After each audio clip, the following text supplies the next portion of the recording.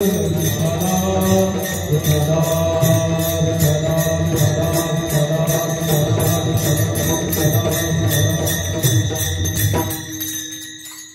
आर्य हिंदू वैदिक धर्मामध्ये 4 वेद आहेत। त्या अगोदर त्याचे 4 खंड होण्याच्या अगोदर एकच वेद होता, जो साक्षात भगवंताच्या मुखातनं आपल्यापर्यंत आलेला ज्ञानाचा स्रोत। त्याचे महर्षी वेदव्यासांनी केलेले 4 भाग, त्यानंतर 6 शास्त्र, 18 पुराण, श्रुती, स्मृती अशा पद्धतीने ग्रंथांचा झालेला विस्तार। परंतु त्या 4ही वेदांच्या मूळ स्रोताचं ज्ञान आपल्या साहित्यामधून मांडणारे, नवे 5वा वेद निर्माण करणारे, ज्याच्यामध्ये समग्र ब्रह्मांडाचं ज्ञान सामावलेलं आहे, असे देहूत निवास करणारे परब्रह्म, परमात्मा आणि आत्मा हे गणित विभक्त नसून माणूसच देव आणि देव शोधायला जावं तर माणसापाशीच जावं, किंवा माणूस आपल्या कर्मानुसार चांगला वागून स्वतः मधला देव प्रगट करून स्वतः मध्येच भगवंताचं दर्शन करू शकतो। न लगती सायास अशा पद्धतीचं सूत्र आपल्यापर्यंत थेट आणून सोडणाऱ्या संप्रदायाचे मूळ आधारस्तंभ असलेले माता जिजाईचे पती आणि देहूमध्ये इंद्रायणी नदीचं नित्य स्नान करून आपणा सर्वांना ज्ञानामृत पाजणाऱ्या जगद्गुरु तुकाराम महाराजांचा हा अभंग आहे। विठ्ठल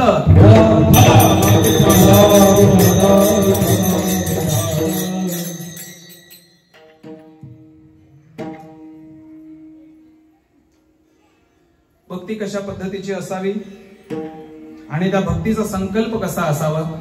भक्तीचा संकल्प करण्या अगोदर जी माया मोह संसारामधून आपल्याला निष्ठून जावं लागतं, किंवा या मोहपाशामधून वाचून कशा पद्धतीने भक्ती मार्गात येऊन परमार्थात येऊन स्वतःचं कल्याण करून घ्यायचं, आणि ज्या पद्धतीने भगवंताने आपल्याला अवस्था दिलेली आहे त्या अवस्थेमध्येच भगवंताची कृपा मानून, भगवंताची जाण ठेवून, भगवंताच्या नामस्मरणानेच त्याच अवस्थेमध्ये इहलोकाचा प्रवास पूर्ण करून स्वतःच्या परमार्थ मार्गामध्ये गती मिळवून स्वतःचं कल्याण करून आपल्या कल्याणाबरोबर इतरांचं सुद्धा कल्याण कसं करायचं याचं चिंतन थोडक्यात महाराज अभंगामध्ये करतात। ओळख द्यायची अशी, मी मुंबईला राहतो आणि सप्त्याची तारीख ठरायची, ज्या वेळेला मीटिंग बसली त्यावेळेला मला फोन आला, म्हणे महाराज अमुक अमुक सोनेवाडी नावाचं गाव आहे, मी सोनेवाडीत पहिल्यांदाच आलेलो आहे, त्यामुळं माझं काही इथं माझं नातेवाईक ओळख पाळख खूप आहे, मला ओळखणारे, मी सगळ्यांना ओळखणारा, मला चांगल्याच पद्धतीने ओळखणारे, मी सगळ्यांना चांगल्याच पद्धतीने ओळखणारे बरीच लोक आहेत इथं। परंतु माझं सोनेवाडीमध्ये पहिल्यांदा आगमन झालेलं आहे। भगवंताच्या कृपेने सोन्यासारख्या गावाला, सोन्याच्या वाडीला माझं पाय लागले, किंवा माझ्या नशिबी सोनेवाडीचं दर्शन आलं। ते निमंत्रण म्हणजे आम्हा सर्वांचे लाडके मारुती शेठ उगले, समाजासाठी अव्याहत कार्य करणारे, काही माणसांच्या बद्दल तोंडावर जाणून बुजून गोड बोलावं लागतं, परंतु मारुती शेठ ही व्यक्ती अशी आहे का यांच्या कुठूनही बाजूने तुम्ही शिरा, म्हणजे म्हणतात ना, या घरामध्ये कुठूनही जा तुम्हाला अमृतच मिळणार, तिथं काहीही गडबड घोटाळा मिळणार नाही। अशा पद्धतीने कोणत्याही कलेतनं निघा, अष्टपैलू असे आमचे मारुती शेठ आहेत। राजकारणातही आहेत, समाजकारणातही आहेत, व्यावसायिकही आहेत, कीर्तनकारही आहेत, प्रवचनकारही आहेत, माझे मामाही तेच आहेत, माझे चुलतेही तेच आहेत, माझे मित्र, माझे बंधू, माझे सखा, माझे गुरु आणि माझे शिष्य सुद्धा मारुती शेठच आहे। किंवा मला आनंद असा आहे का रामाच्या काळामध्ये प्रभू श्री रामचंद्रांना मदत करणारे मारुतीराय होते, आणि या दासावरती वरद हस्त ठेवून प्रत्यक्ष रूपात गाभाऱ्यातला मारुती माझ्या बरोबर माझ्या आयुष्यामध्ये फिरतो। मी त्यांना हनुमंतापेक्षा कमी मानत नाही। त्यांच्या सूचनेनुसार रामभाऊ महाराज उगलेंनी माझी तारीख इथं घेतली, कालेची तारीख ठरली होती, काही कारणास्तव काही गडबडीस्तव तारीख मागे पुढे झाली, पहिल्या दिवसाची सेवा ठरली, त्यातही माझं काही दैनंदिन कामाचं शेड्यूल असल्या कारणाने मी म्हटलं काहीतरी शेठला म्हटलं विनंती केली, म्हटलं बघा काहीतरी, तर त्यांच्या प्रवचनाच्या दिवशी त्यांनी कीर्तनाची सेवा घेतली, आणि अशा पद्धतीने सोपस्कर सोयीस्कर असं नियोजन माझ्या शेड्यूलचं तुम्ही केल्याबद्दल सर्व मायबाप मंडळींना धन्यवाद। उत्कृष्ट असा सप्ताह सोनेवाडी गावामध्ये सुरू आहे। सगळ्यात आनंदाची गोष्ट अशी का भगवंताच्या गाभाऱ्यातून ज्ञानाचं दान केलं जातं, ही संत नामदेव महाराजांपासूनची आलेली परंपरा। कारण वारकरी संप्रदायामध्ये कीर्तन पद्धती जी बांधली ती नामदेव महाराजांनी, ज्ञान ज्ञानेश्वर महाराजांनी प्रकट केलेला आहे, आधार हा नाथांचा आहे। तुकाराम महाराजांनी त्याच्यावरती वेद शास्त्र यांचं ज्ञान प्रकट करून कळस चढवलेला आहे। परंतु हे जे संविधान आहे ना कीर्तनाचं, ही आचारसंहिता, नियमावली, फेटा, कंबर बांधणे, गळ्यात विणा ठेवणे, पंचपदी घेणे, भजन घेणे, हे सर्व नामदेवरायांची कृपा आहे। आणि साधू संतांच्या काळापासून मंदिराच्या गाभाऱ्यावरच कीर्तन होतं, आता मंदिर आणि मंदिराला गाभारे राहिले नाही, ही शोकांतिक आहे। परंतु सोनेवाडी नावाच्या गावाला इतकं चांगलं नशीब आहे, इतकं सुदैव आहे का भगवंताच्या गाभाऱ्यातून थेट भगवंताच्या आशीर्वादानेच किंवा आज इथं मी बोलत नसून भगवंतच बोलतोय. कारण भगवंत स्वतः कीर्तनामध्ये नाहम वसामी वैकुंठे योगिनाम हृदय तथा पुढे कीर्तनामध्ये वर्णन येईलच का भगवंताच्या आशीर्वादानेच कीर्तनकाराच्या मुखातून सरस्वती बोलते. अशा सुंदर अशा मंचाचं हे गाव सोनेवाडी आहे. तिथं आजची आपली 4थ्या दिवसाची मला वाटतं बरोबर 4थ्या दिवसाची सेवा आहे.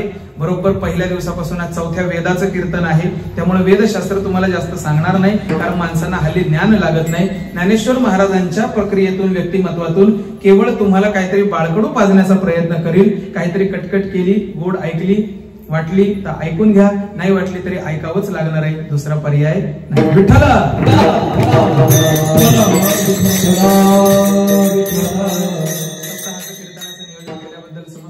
ग्रामस्थांच्या चरणी नतमस्तक, मारुती शेठच्या चरणी नतमस्तक, रामभाऊ महाराजांच्या चरणी नतमस्तक, ज्यांनी प्रत्यक्ष अप्रत्यक्ष स्वरूपामध्ये कीर्तनाचं आयोजन नियोजन केलेलं आहे. कारण मोठ्या कार्याला गाव करील ते राव करू शकत नाही. राव कितीही श्रेष्ठ असला तरी सुद्धा कार्याला प्रत्येक माणसाचे हात लागलेले असतात. ज्याचं ज्याचं सहकार्य घडलेलं आहे तेव्हा त्याचं कल्याण करो. आणि आता इथे कीर्तनाला सुरुवात होते. अभंगाच्या पहिल्या चरणामध्ये महाराज सांगतात, हीच थोर भक्ती आवडते देवा, संकल्पावी माया संसाराची. काही शब्दांना च लावल्यानंतर खूप महत्व प्राप्त होतं. आज सोनेवाडीतच कीर्तनाला जायचं. 7 गावांमध्ये सप्ताह चालू आहे, परंतु कुठं जायचंय? सोनेवाडीतच. च लावल्याने महत्व प्राप्त झालं. आज मी सोनेवाडीत कीर्तनालाच जाणार आहे. म्हणजे जत्राही चालू आहे, तमाशाही चालू आहे, जागरणही आहे, कुठेतरी 10वं वर्ष श्राद्ध सुद्धा आहे, सप्ताही चालू आहे. परंतु मी कुठं जाणार आहे? फक्त कीर्तनालाच. मी सोनेवाडीत जाऊन कीर्तनाला जाऊन कीर्तन श्रवणच करणार आहे, दुसरं काही उठाठेव करणार. काही माणसं कीर्तनात बसल्यानंतर याचं त्याचं इकडचं तिकडचं. आता जात्यामध्ये प्रत्येक प्रकारचं भरडलं जातं, चांगलं वाईट ते काय जात्यात सापडलं का भरडलं जातं. त्यामुळे काय माणसं एकत्र आल्यानंतर कोणत्याही पद्धतीचे विषय निघाले तर ते सुरू होतात. त्यामुळे ह्या माणसाचं म्हणणं असं आहे का मी सोनेवाडीत जाऊन कीर्तनाला जाऊन कीर्तन फक्त श्रवणच करणार आहे. अशा पद्धतीने च ज्याला लागतो त्या शब्दाला खूप महत्व आहे. एक खूप मोठा किस्सा आहे महाराष्ट्राच्या इतिहासामधला. यशवंतराव चव्हाणांनी एकदा भाषणाला सुरुवात केली. नावं चुकत असतील परंतु दृष्टांत महत्वाचा आहे. त्यावेळेला यशवंतराव चव्हाण ज्या वेळेला विधानसभेत उभे राहिले त्यावेळेला ते मोठमोठ्याने म्हणायचे, च ला काय महत्व आहे, कशाला तो काहीतरी आर्टिकल होतं तिथं कुठेतरी च शब्द लागला होता, म्हणे हा च शब्द काढा याच्यामुळे घोटाळा होईल. आणि त्यावेळेला आपले साहित्य सम्राट ज्यांना म्हटलं जातं, काय त्यांचं नाव, त्यांचं म्हणणं होतं की यशवंतरावजी तुम्ही च या शब्दावरनं एवढी विधानसभा खरडली, एवढं सभागृह वेठीच धरलंय, म्हणे तुमच्या आडनावातून च काढून दाखवा, आम्ही आमच्या कायद्यातनं च काढू. त्यांचं आडनाव काय होतं? चव्हाण. चव्हाण मधला च काढल्यानंतर काय उरतं? हा.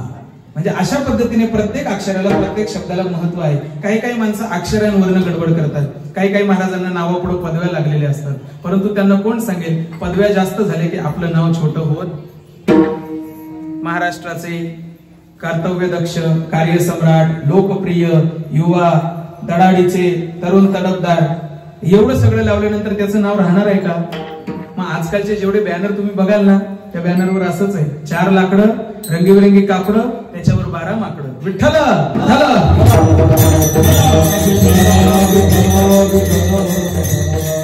अशा पद्धतीने महाराज ज्या वेळेला अभंगाचं वर्णन करतात त्यावेळेला पहिल्याच शब्दामध्ये महाराजांनी च हा शब्द वापरलेला आहे. च या शब्दावरती जोर देऊन व्याकरणामध्ये खूप मोठा इतिहास आहे. तुम्ही ज्या वेळेला व्याकरणाचा अभ्यास कराल त्यावेळेला तुम्हाला नक्कीच आढळून येईल. हीच थोर भक्ती आवडते देवा. भक्तीचे 9 प्रकार आहेत. त्याच्याही पलीकडे जाऊन भक्तीचे अनेक प्रकार आहेत. विरोधी भक्ती आहे, सख्य भक्ती आहे, अनेक प्रकारच्या भक्ती आहेत. परंतु एका स्पेशल विशेष प्रकारची म्हणजे चहा प्रत्येकाच्या घरात बनतो, बरोबर आहे की नाही? कोण काळा बनवतं, कोण शेळीच्या दुधाचा, गाईच्या दुधाचा, म्हशीच्या दुधाचा, कोण बिन दुधाचा, बिन साखरेचा, चहा पत्ती जास्त, कोणाचा मसाला असतो, तिखट असतो, कोणाचा पुजाट चहा असतो, काही हरकत नाही.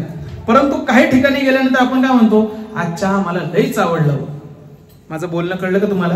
म्हणजे काही ठिकाणी विशेष महत्व त्या गोष्टीसाठी दिलं जातं. ती गोष्ट सगळ्या जगात जरी असली तरी काही ठिकाणी विशेष आहे. आता भारताची राजमुद्रा कोणी गाडीवर लावली, कोणी किल्लीला लावली, कोणी केबिन मध्ये ठेवली, परंतु ती शोभती फक्त प्रधानमंत्री आणि राष्ट्रपतीच्या केबिन मध्ये. माझं बोलणं खरं आहे ना? उदाहरणार्थ तुमचं वावर आहे, चांगल्या पद्धतीने करताय, सातबाऱ्यावर माझं नाव शोभतंय का? नाही म्हणाले. बघा असं म्हणजे असं लक्ष पाहिजे कीर्तनामध्ये. वावर सगळ्यांना सारखं आहे, परंतु ते तुमचं आहे म्हटल्यानंतर तिथं नाव कोणाचं पाहिजे? तुमचंच आहे. जसं त्या वावराच्या सातबाऱ्यावरती तुम्हीच शोभता, तशा काही ठिकाणी काही गोष्टी या तिथल्या तिथंच शोभा देत असतात. दुसरीकडं लोकसभेमध्ये, राज्यसभेमध्ये, विधानसभेमध्ये, विधान परिषदेमध्ये, ग्रामपंचायतीमध्ये, पंचायत समितीमध्ये, जिल्हा परिषदेमध्ये राजकारण तिथंच बरं आहे. घरात, शेतात, देवळात, सप्त्यात, महाप्रसादात, जागरणात, गोंधळात, लग्नात, पर संडासात राजकारण आणलं लोकांनी. विठ्ठला विठ्ठला.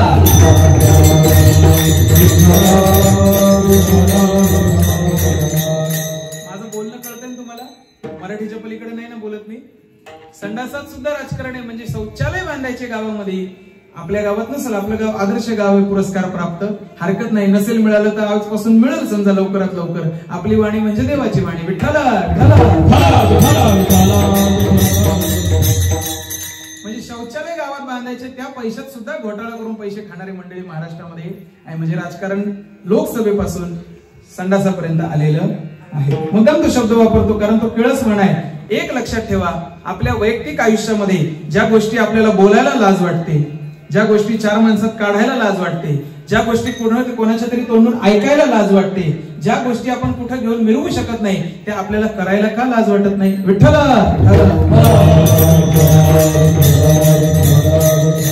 हे माझ्या मनाचं नाही. मी कोण मोठा सांगणार? मी सामान्य माणूस आहे. 2 तास इथं थांबणार आहे. हे झाल्यानंतर कुठेतरी दुसऱ्या गावी जाऊन कीर्तन करणार आहे. परंतु हा जो साठा, याला आधार आणि सूत्र जर कोणाचा असेल तर साधू संतांचं आहे. का? हीच थोर भक्ती आवडते देवा. दुसरी कोणती गोष्ट देवाला आवडत नाही. देवाला 56 भोग नको, सोन्याचा कळस नको, संगमरवरी मंदिर नको. परंतु त्या गावामध्ये कसंही पडकं झडकं का मंदिर असे ना, तिथं भक्ती होण्याला महत्व आहे. त्या भक्तीमध्ये येऊन सगळ्यांचं कल्याण होण्याला महत्व आहे. त्या संप्रदायामध्ये, त्या नामस्मरणामध्ये, त्या सत्यामध्ये येऊन प्रत्येकाला आनंद मिळण्याला महत्व आहे. नाही तर काही काही संप्रदाय असे आहेत महाराज, निंदा नाही कोणाची, जे जगात चालले ते सांगतो. इथं या, डोळे मिटा, शांत बसा, निघा घरी. ना बाबाला काही कळलं, ना बुवाला काही कळलं, ना समोर बसणाऱ्याला काही कळलं. 500-1000 द्या, आपापल्या घरी सुखरूप जा. कुछ भी खाओ, हमारे पास आओ.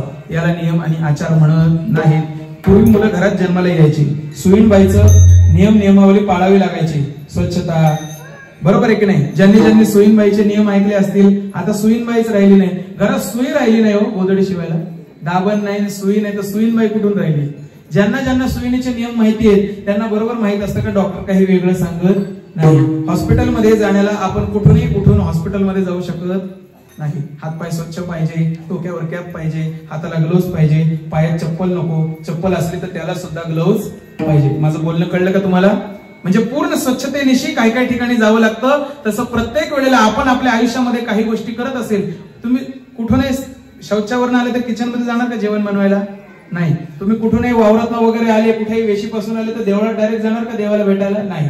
प्रत्येक गोष्टीला, प्रत्येक कार्याला काही नियम आणि काही कानून आहेत. अगदी त्याच प्रकारे ज्या गोष्टीला नियम कानून आहेत, ज्या गोष्टीला म्हणजे ज्या ठिकाणी जायला काही बंधनं असतील, त्याच गोष्टीला महत्व दिलं जातं. नाही तर बिनबोभाट काम सुसाट. विठ्ठल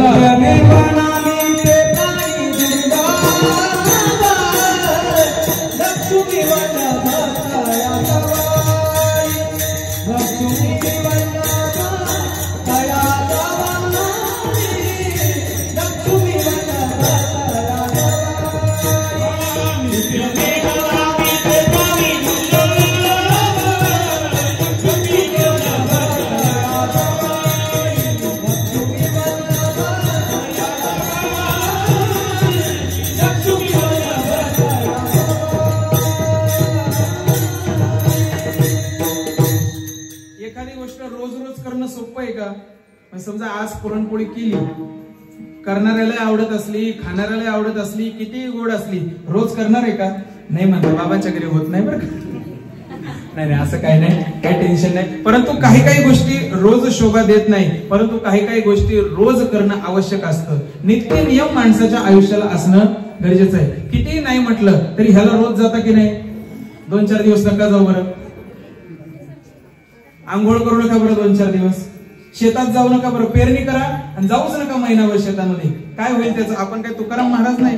आपली गुरंढोरं आपलं शेत राखायला भगवंत येणार आहे, आला तरी सुद्धा आपण भगवंताला हाकलून लावू एवढे आपण हुशार आहे. आजी म्हणते हुशार आहे बघा, म्हणजे आपण किती हुशार आहे. देव जरी दारात आला, कारण तुकाराम महाराजांच्या आयुष्यात ते घडलेलंच आहे. महाराज ज्या वेळेला लोक ऐकेनाशी झाली, पार भगवंत प्रकट केला लोकांच्या समोर.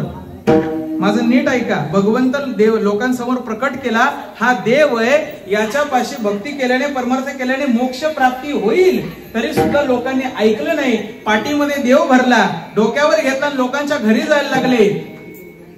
देव घ्या कुणी, देव देव घ्या कोणी, देव घ्या कोणी, देव घ्या कोणी,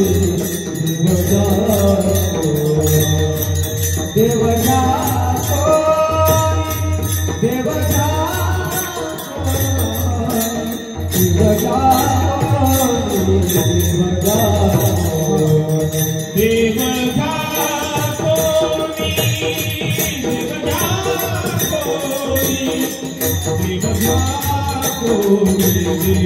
घ्या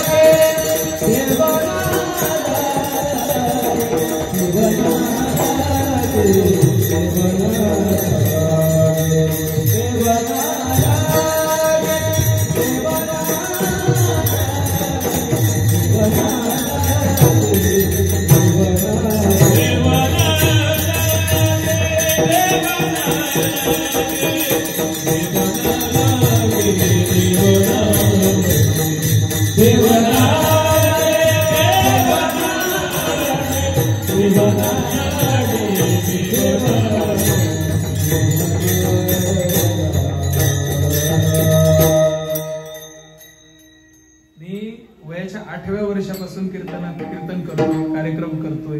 प्रत्येक वेळेला 16 वर्ष झाली, कुठेही जा, म्हणजे काही वेळेला जाणून बुजून कीर्तन पाडल्या जातं, काही वेळेला नको त्या बुवाचे कीर्तन जाणून बुजून उठवल्या जातं, परंतु स्वराची माणसं सापडत नाही, तालाची माणसं सापडत नाही.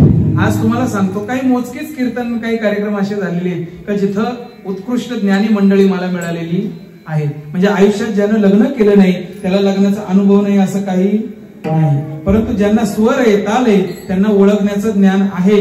त्यामुळे अशी ज्ञानी विलंबित ताल, मी आल्याला रामकृष्ण अरे विलंबित घेतलेला होता, कारण आपल्याला ते झडझड झडझड झडझड पटपट पटपट जमत नाही. फडावरती कीर्तन करत असल्या कारणाने शिरवळकर असो, आरपळकर असो, धोंडोपंत दादांचा फड असो, आमच्या दिंडीत तर वास्करच चालतात, रथाच्या मागची पहिली दिंडी माऊलींच्या मागे, त्यामुळे ते विलंबित चालीमध्ये भजन होतं. त्यामुळे एवढ्या याच्यात पण स्वर ताल सांभाळून प्रमाण जोडून म्हणणारी माणसं सोनेवाडीत मिळालेली आहे. ही कलाकार मंडळी जपली पाहिजे, नाहीतर असे कलाकार पुन्हा होणार नाही.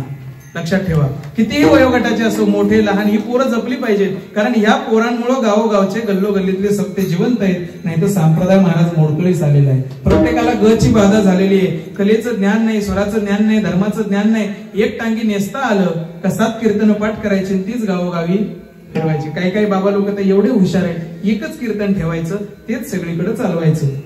माझं बोलणं कळलं का तुम्हाला? मास्टर चावी बनवलेली, कोणत्याही टाळ्याला लावा, टाळं उघडल्याशिवाय राहणार नाही. आणि नाही जरी उघडलं, कोणाच्या बापाचा खजिना उघडायचा आहे, कोण विचारणार आहे? अशा पद्धतीने संप्रदाय चालत असताना या कलाकारांनी, या सेवेकरांनी हा संप्रदाय जगवलाय, त्यांच्यासाठी एकदा भजन झालं पाहिजे. विठ्ठला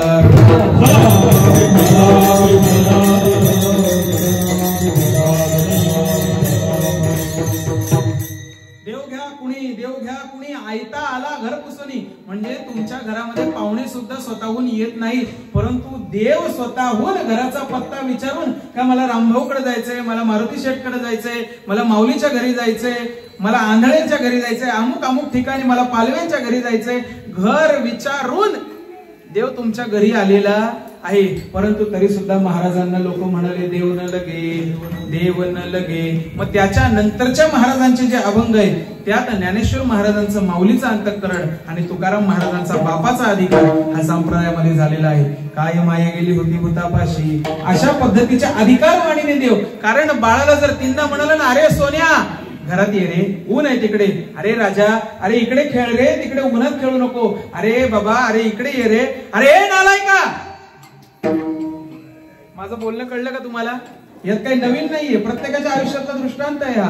तर आपल्या मुलांना 3-4 वेळेला जर ऐकलं नाही तर आपण मुलाला ज्या पद्धतीने समजावतो त्या पद्धतीने साधू संतांनी कृपा केली आणि आपल्याला या ब्रह्मज्ञानाचं बाळकडू पाजलेलं आहे महाराज. आणि एवढं करून सुद्धा महाराजांनी अधिकार वाणीने घरी येऊन का देव घ्या देव घ्या असा संत जगात झालेला नाही. नाहीतर देव गाभाऱ्यात ठेवायचा, माणसाला पुढे उतारी चपला म्हणजे पायऱ्यांजवळ ठेवायचं, मध्ये एजंट बनून बसणारे हजार आहेत, परंतु देवाची आणि भक्ताची गाठभेट घालून देणारे ज्ञानोबा तुकोबांसारखे संत नाही. विठ्ठला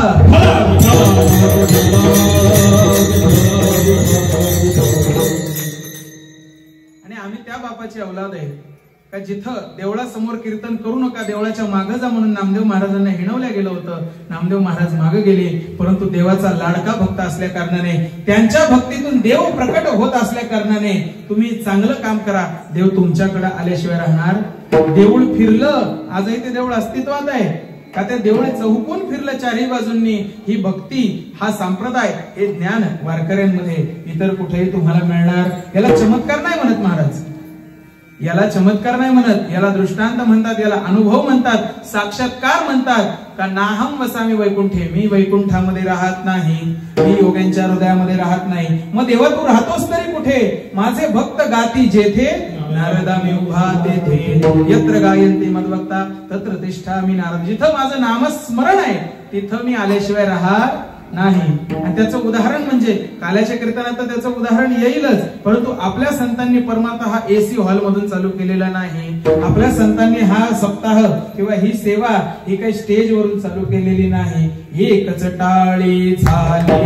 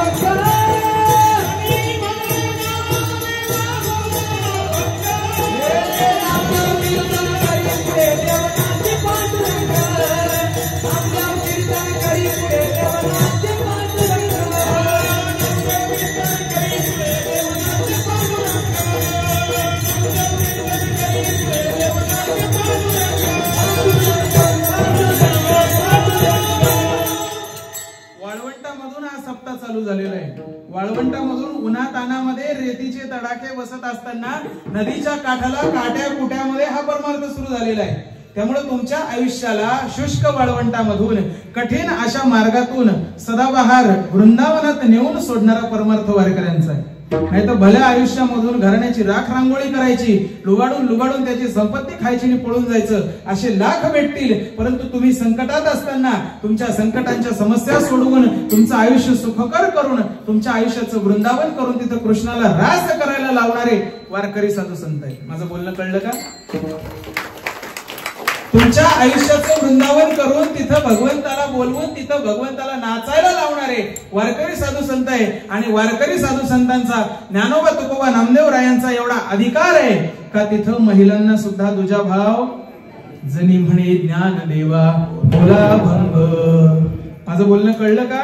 आणि नाचता नाचता देवाचा गळला पितांबर. नुसतं नाचायला नाही लावलं, एवढी चांगली भक्ती केली, एवढं सुंदर भक्तांचं भक्तांचं आयुष्य घडवलं का त्या भक्तांवरती कृपा करण्यासाठी देव एवढे वेदुंद झाले का स्वतःचा पितांबर गळेपर्यंत देव नाचायला लागले. आणि तिथं सुद्धा जाती धर्माचा भेद न ठेवता सावध होई देवा ऐसे बोले कबीर.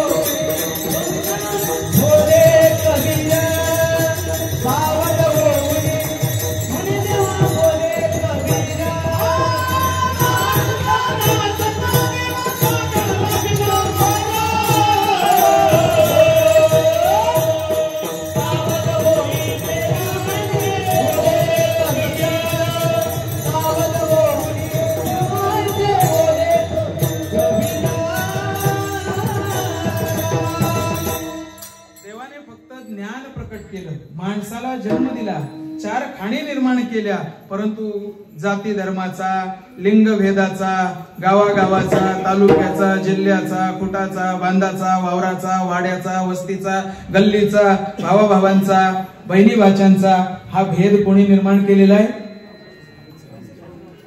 म्हणजे हे तुम्हाला माहिती आहे समाजात काय चाललेलं आहे. म्हणजे तुम्ही काही वेगळी माणसं नाही, तुम्ही सामान्य माणसं आहे. म्हणजे बावळट अडाणी माणसं नाही, एकदम हुशार माणसं आहे. आणि कीर्तनामध्ये हुशारच माणसं लागतात माहिती. कारण आता आहे ना सरत्या पिढीची माणसं आहे आपल्या बरोबर, अनुभव व्यक्त करणारी, पण त्यांचा अनुभव न ऐकणारी नालायक माणसं. आपण तुम्ही नाही, तुम्ही आमच्याकडे. महाराज लोक कोणाचं ऐकत नाही, नुसतं स्वतःच भरडीत राहतात. त्यामुळे मी आमच्याबद्दल बोलतो, तुमच्याबद्दल बोलतो. मोठी माणसं आहे, बरोबर आहे की नाही? मला जायचंय परत कीर्तन झाल्यावर मुंबईला, मग इथं कळायचं नाही तर सोनेवाडीच्या कोणत्या गल्लीत महाराजाची समाधी उभी राहिली नाही. तसे तुम्ही भले माणसं आहे, मंदिर बांधालच माझं विठ्ठला.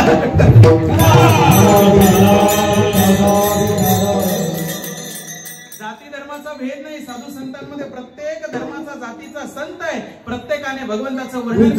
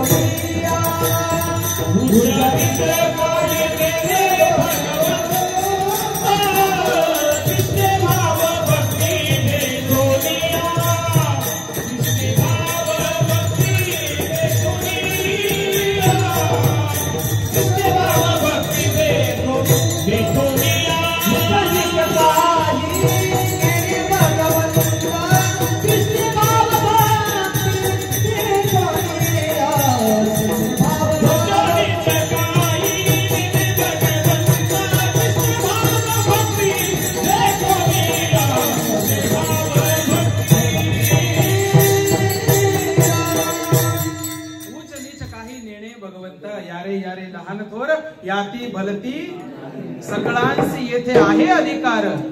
माझं बोलणं कळलं का तुम्हाला? इथं भेदभाव नाही, भगवंताच्या दाराशी कुणालाही अडवणूक केली जात नाही, फक्त न अडवण्याचा काही कार्यकाळ आहे. आता तुमच्या घरात पाहुणे आल्यानंतर तुम्ही जेवायला बसल्यावर पाहुणा जेवायला, तुमची आंघोळ व्हायच्या आधी किंवा नंतर पाहुणा आंघोळीला, तुम्ही टॉयलेटला जाऊन आले त्याच्या आधी किंवा नंतर पाहुणा जाऊन, तुमच्या घरात आरती चालू झाली तर पाहुणा आरतीला उभा. म्हणजे माझं काही बोलणं कळलं का तुम्हाला? म्हणजे ज्या ज्या वेळेला देवाचे उपचार चालू आहेत, देवाचा अभिषेक चाललाय, तुम्ही म्हणाल मला दर्शन घेऊन द्या. साधू संतांनी सुद्धा एवढा अट्टहास धरला नव्हता का? कारण याच साठी केला होता अट्टहास केवळ शेवटचा दिवस. बाकी कर्मकांडामध्ये साधू संतांनी काहीच महत्व ठेवलं नाही. वेदांचे 4ही खंड, कर्मकांड, ज्ञानकांड, उपासनाकांड आणि ध्यानकांड या 4 प्रकरणाला समर्पित आहेत. माझं बोलणं कळलं का तुम्हाला? या 4 कांडाला समर्पित असलेलं परम गुह्य ज्ञान मांडून सुद्धा त्याला बाजूला सारून याच साठी केला होता अट्टहास. शेवटचा दिस गोड व्हावा आणि तो अट्टहास करण्यासाठी काय केलं पाहिजे? अभंगाच्या पहिल्या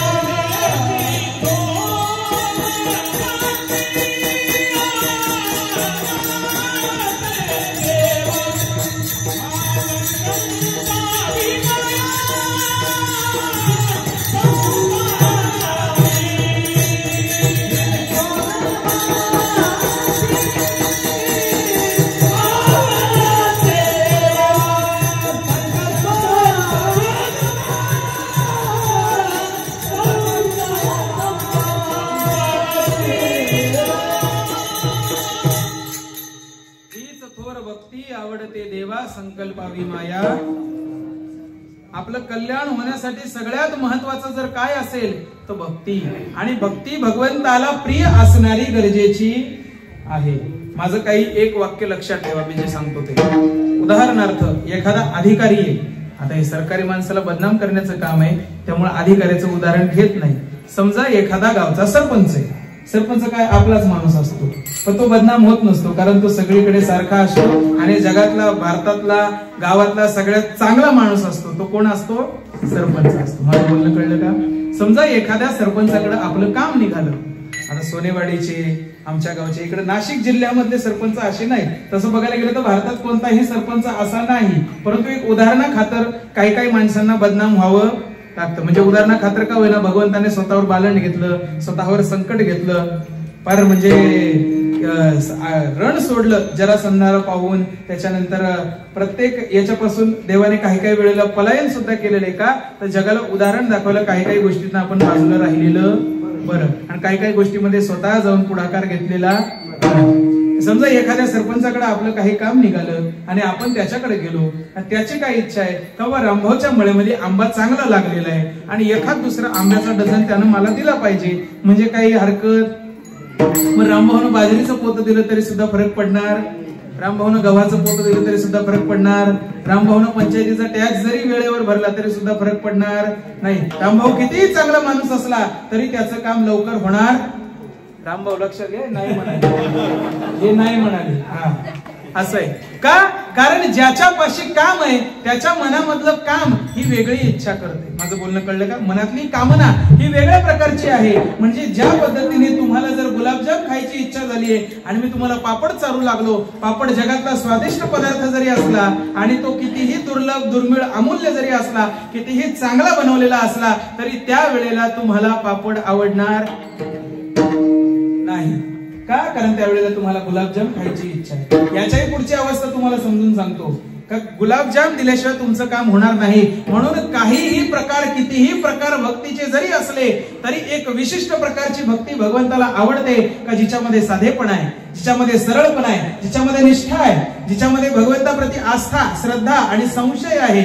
शेठ आणि आम्ही ज्या वेळेला गाडीतनं येत होतो ना त्यावेळेला प्रवचनाचा अभ्यास शेठचा चालू होता आणि त्यावेळेला शेठने जो श्लोक घेतलेला होता त्या श्लोकाचा मतितार्थ सुद्धा आहे का आपण ज्या गोष्टीमध्ये लागलेलो आहोत, ज्या परमार्थासाठी समर्पित झालेलो आहोत, त्या परमार्थाप्रती जर विवेक, विचार, ज्ञान, आस्था, श्रद्धा नसेल तर ते ज्ञान आपल्याला प्राप्त होणार. आणि जिथं जाऊन तुमच्याकडे मी कालही उदाहरण दिलं, तुमच्या हातात चावी सुद्धा आहे, समोर टाळ सुद्धा आहे, चावी त्याच टाळ्याची आहे, टाळा लवकर उघडणार आहे, टाळ्याच्या मागे खजिना आहे, टाळा उघडल्यावर खजिना तुम्हालाच मिळणार आहे, परंतु चावीबद्दल संशय आहे, टाळा उघडला तरी टाळ्याबद्दल संशय आहे, टाळा उघडून खजिना दिसला तरी खजिन्याबद्दल संशय आहे, आणि तो खजिना मलाच मिळालाय का नाही या विचारावरती सुद्धा संशय. मग एवढं प्राप्त करून सुद्धा तुम्हाला सुख आहे का? म्हणजे जिथं संशय आहे, जिथं श्रद्धा नाही, जिथं विचार नाही, जिथं विवेक नाही, जिथं आस्था नाही, निष्ठा नाही, विश्वास नाही, तिथं कितीही सुख प्राप्त झालं, सर्व सुखाचे आगर जरी मिळालं तरी सुद्धा त्याच्यात आनंद राहणार. आणि भगवंतामध्ये परमार्थामध्ये निष्ठा असलेल्या माणसाला आनंद सगळ्यात महत्वाचा. माझं बोलणं कळतंय ना तुम्हाला? काही वेगळं नाही ना सांगत का? जिथं आनंद नाही तिथं 10 कोटी रुपये जरी तुमच्या समोर असले तरी सुद्धा काही उपयोग. साखर कारखान्याचा मालक शुगर चमच्यावर खाल्ली तरी मराय टेकतो, साखर कारखान्याचा काही आनंद आहे का त्याला? नाही. तुमचे साखर कारखाने नाही ना? नाही, रागानं बघायला लागले म्हणून म्हटलं. असं आहे. म्हणजे माझं बोलणं कळलं ना तुम्हाला? ज्या गोष्टीमधून कितीही फायदा असला त्यात त्याला आनंद जर नाही तर ती गोष्ट त्याच्या कामाची नाही, त्याच्या आयुष्यामध्ये सुख येऊ शकत नाही. अगदी त्याच प्रकारे भगवंताला अपेक्षित अशी भक्ती महाराज जेव्हा सांगतात, हीच थोर भक्ती म्हणजे हीच एकमेव थोर भक्ती, हा एकमेव प्रकार असा आहे जो भगवंताला आवडतो. हीच थोर भक्ती आवडते देवा संकल्पावी माया. म्हणजे तुम्ही माया सोडू नका. भगवंताचं असं म्हणणं नाही का सर्व संग परित्याग करा आणि माझ्या माग गच्छंती करा. नाही नाही नाही नाही नाही. परंतु किमान ही माया सोडण्यासाठी, या संसारातून मुक्त होण्यासाठी, भक्ती मार्गात येऊन भगवंताला प्राप्त करण्यासाठी तुमची इच्छा आहे एवढं जरी दाखवलं तरी भगवंत कृपा करतात. विठ्ठल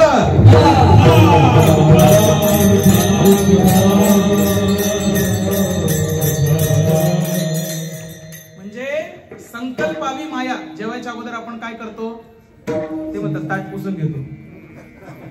बरं, जेवायच्या आधी आपण काय करतो ते म्हणतात जेवण वाढून घेतो. नाही हो मायबाप मंडळी, आपण हातात पाणी घेतो, भगवंताचं नामस्मरण करतो. मी माझीच पद्धत तुम्हाला सांगतो. देवा, जे काही दिलंय ते सगळं तुझंच आहे, तुझं तुलाच समर्पित करतोय आणि तुझंच उष्ट खाऊन जगतोय. काही चुकीचं आहे का याच्यामध्ये? नाही. कारण देवाचं उष्ट खाल तर आयुष्यामध्ये कुठेही अपयश मिळणार नाही. माझं म्हणून खाल, अमृत जरी खाल्लं तरी मेल्याशिवाय राहणार नाही म्हणाले विठ्ठल.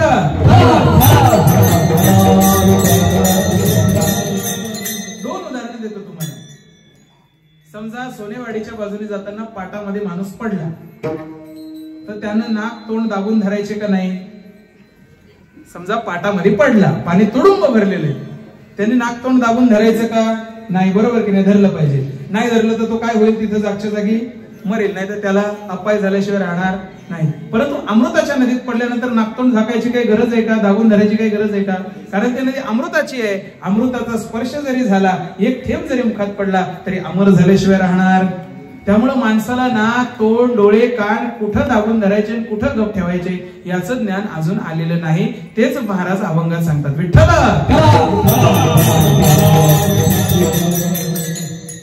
दिले इंद्रिय हात पाय कान डोळे मुख बोलाया.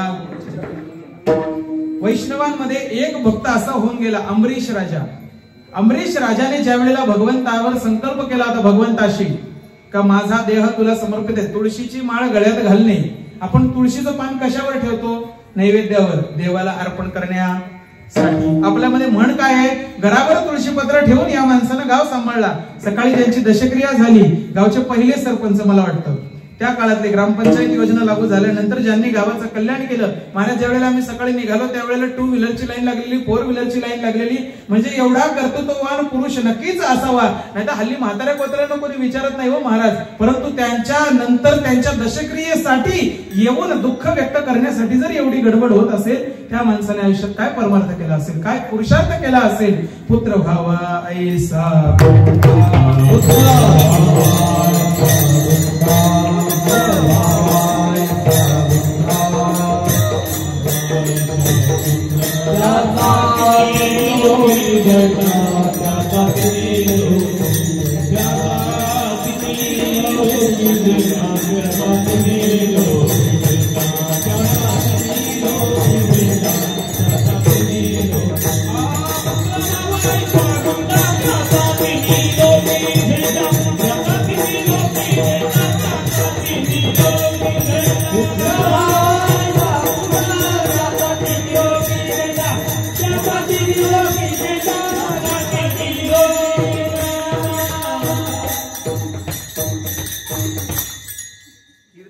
चालू आहे माय तिकडं पाहू नको बायकोकडं पाहते मेवणीला बनवते असं होऊन देऊ नको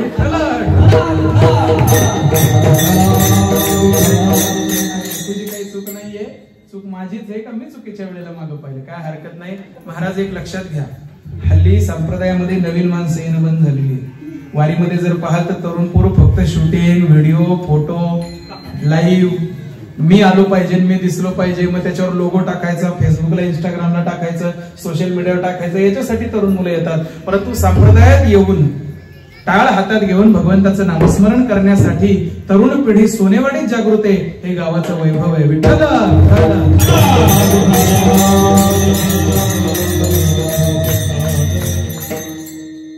हीच थोर भक्ती आवडते देवा असा पुरुषार्थ करणारा माणूस या गावामध्ये होऊन गेला का ज्याच्या दशक्रियेला एवढी पब्लिक जमलेली होती असा पुरुषार्थ आपल्या आयुष्यात घडला पाहिजे मग तो पुरुषार्थ घडण्यासाठी अमरीश राजाने ज्या वेळेला आपण प्रत्येक गोष्टीवर तुळशीपत्र ठेवून भगवंताला समर्पित करतो या देहावर तुळशीची माळ घालणे तुळशीचं पत्र ठेवणे समर्पित करणे म्हणजे स्वतःला भगवंताला अर्पण आणि तो संकल्प हा अमरीश राजाने केला होता का माझा जर डोळे असतील मागे शेठशी पण बोलणं गाडीत झालं होतं या विषयावर का मला जर डोळे असतील तर कुठेतरी पाहणं स्वाभाविक आहे मी फक्त भगवंताचं दर्शन घेईल मला जर नाक आहे तर सुगंध घेणं श्वास घेणं अपेक्षित आहे मी फक्त देवाला वाहिलेल्या फुलांचाच सुगंध घेईल मला जर मुख आहे मला जर तोंड आहे तर बोलणं हे प्राप्त आहे क्रमप्राप्त आहे मी कुठेतरी बोलणार आहे परंतु या वाणीतून फक्त आणि फक्त भगवंताचं नामस्मरण करेल मला जर कान आहेत तर काहीतरी ऐकणं स्वाभाविक आहे केवळ आणि केवळ भगवंताचं चरित्र साधू संतांचं आशीर्वचन भगवंताचं नामस्मरण श्रवण करेल मला जर हात आहेत तर काहीतरी क्रिया करणं स्वाभाविक आहे काहीतरी क्रिया करणं गरजेचं आहे कारण माणसाने शेपूट वापरली नाही माणसाची शेपूट गळून महिना 2 महिने हात वापरू नका सरळच ठेवा हात कामाचा राहणार हरकत नाही काही माणसं जाणून बुजून देहाचा वापर करत नाही परंतु त्यांच्यापेक्षा महाभाग आहे ते अकलेचाच वापर करत नाहीत विठ्ठल म्हणून दिवसेंदिवस माणसांच्या अकलेला गंज लागत चाललेला आहे तुमच्या गावात आहेत का काय ना ते पोरग पटकन असं मला विशेष आहे म्हणजे यांनी कुठेतरी अशी माणसं पाहिलेली आहे मला जर बुद्धी आहे मला जर हात आहेत तर बुद्धीने चिंतन करणं गरजेचं आहे मी भगवंताचं चिंतन करीन मला हात करणं हाताने क्रिया करणं गरजेचं आहे मी भगवंताची सेवा करीन मला पाय आहेत तर मला चालणं स्वाभाविक आहे मी फक्त देवाच्या यात्रेत देवाच्या दिशेने देवासाठीच चालेन दिले इंद्रिय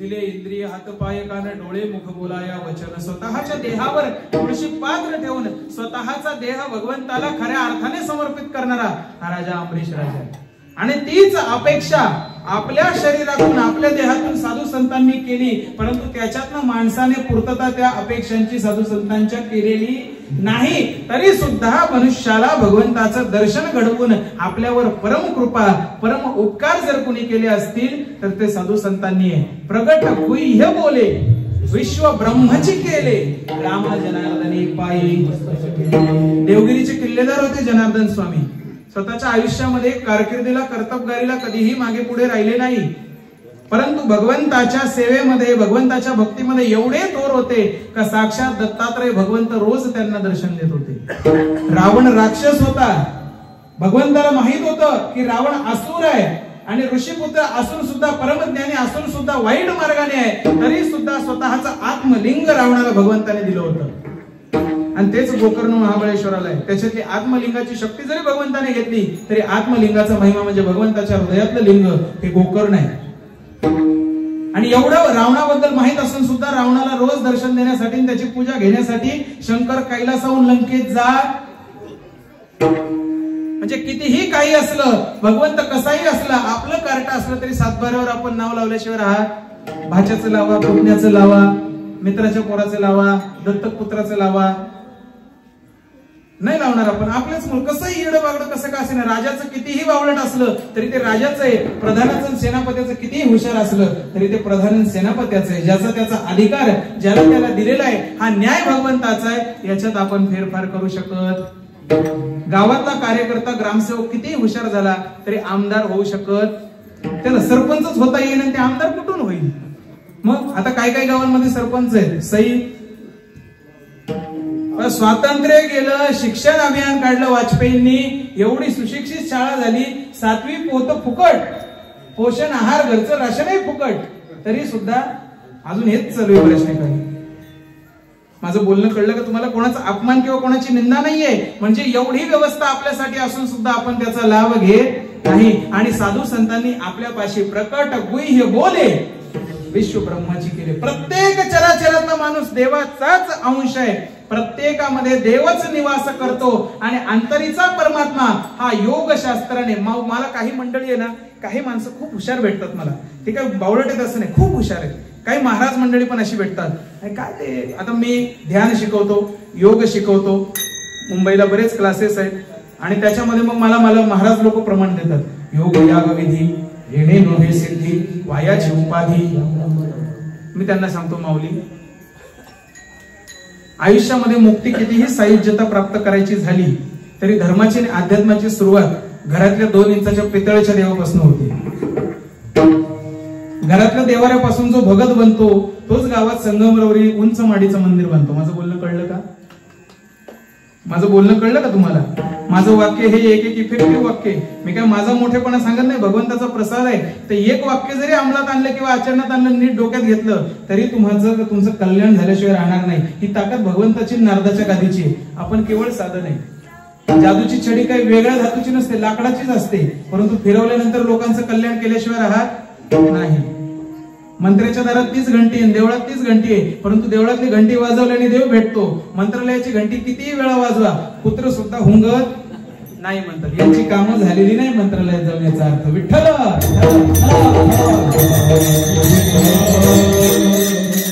अशा पद्धतीने आपल्याला भगवंत आपल्यापाशी एकरूप झाला पाहिजे. मी कोणत्या वाक्यावर होतो विसरले? कीर्तन. असं आहे, हे कीर्तनात लक्ष असतं लोकांचं. म्हणून बाबा लोकांनी ज्ञान सांगणं बंद केलेलं आहे. तुमच्याकडे ज्ञान बंद करणारे बाबा आले का काय? असं नाही. माझ्याकडे प्रमाण देणारे महाराज येतात. योग याग विधी येडे नोहे. अरे महाराजांनो, जिथं योगियांची माऊली, साधकांचा अनाथांचा नाथ, अशा पद्धतीने माऊलीला उपाधी दिलेली आहे. तुम्हाला त्या ज्ञानाची किल्ली दिल्यानंतर, मगाशी उदाहरण दिलं, तुम्हाला चावी दिली, तुम्ही टाळा उघडला, खजिन्याच्या मागे न लागता टाळा चावीतच अडकून पडलेल्या माणसांसाठी ते प्रमाण आहे. योग शास्त्राने होम यज्ञ करून, विधीने, जपाने, तपाने, ज्ञानाने, कर्मकांडाने प्रत्येक पद्धतीने भगवंत प्राप्त होतो. परंतु भगवंत प्राप्त करण्याचं सोडून त्या कर्मकांडामध्येच अडकलेल्या माणसांसाठी ते प्रमाण. म्हणून योग्यांची माऊली. असं नाही का योगशास्त्र आहे, बावळटाचा बाजार असतं तर माऊलींनी त्याच्यावर भाषणच केलं नसतं. योग याग विधी जर काहीच कामाचे नसले तर माऊलींनी त्याच्यावर भाष्यच केलं नसतं. किंवा माऊलीने स्वतःच्या आयुष्यामध्ये एवढं परमयोग प्रकट केलेला आहे. परमयोगावतार माऊलींना म्हटलं गेलं का वयाच्या योगी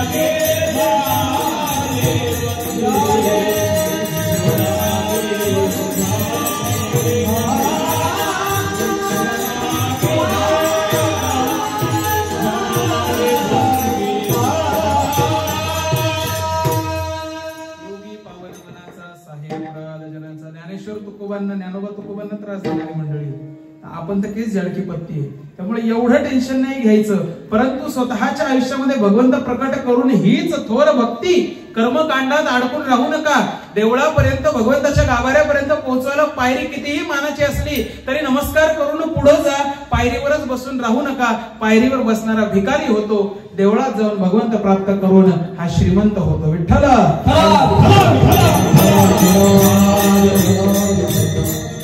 आणि हल्ली लोक कीर्तनकारांना महाराज लोकांना वेड समजतात. शाळेत जात नाही, एज्युकेशन नाही, काही कशाचा संबंध नाही, त्यामुळे कुठंच काही न चालल्यामुळे पोटा पाण्यासाठी संप्रदायात आलेली मंडळी म्हणजे महाराज, असा लोकांचा समज आहे. मी स्वतः 89% ग्रामीण विकासाविषयी घेऊन विद्यापीठामध्ये पहिल्या 5 आलेलो आहे आणि 92% राज्यशास्त्र हा विषय घेऊन पहिल्या 3 मुंबई विद्यापीठात आलेलो. I am very much qualified, but my mother tongue is not English. That's why I am using always Marathi, Hindi, Sanskrit and Gujarati languages to speak with everyone. माझी मातृभाषा इंग्रजी नसल्या कारणाने लोकभाषेतून लोकांना जे आवडेल, लोकांना जे कळेल त्यातून लोकांपर्यंत ज्ञान पोहोचवण्याचं कर्तव्य मला आहे, माझं आहे. ज्ञानोबा तुकोबांची शिकवण असल्या कारणाने मी इथे तुमच्या पुढे उभा आहे.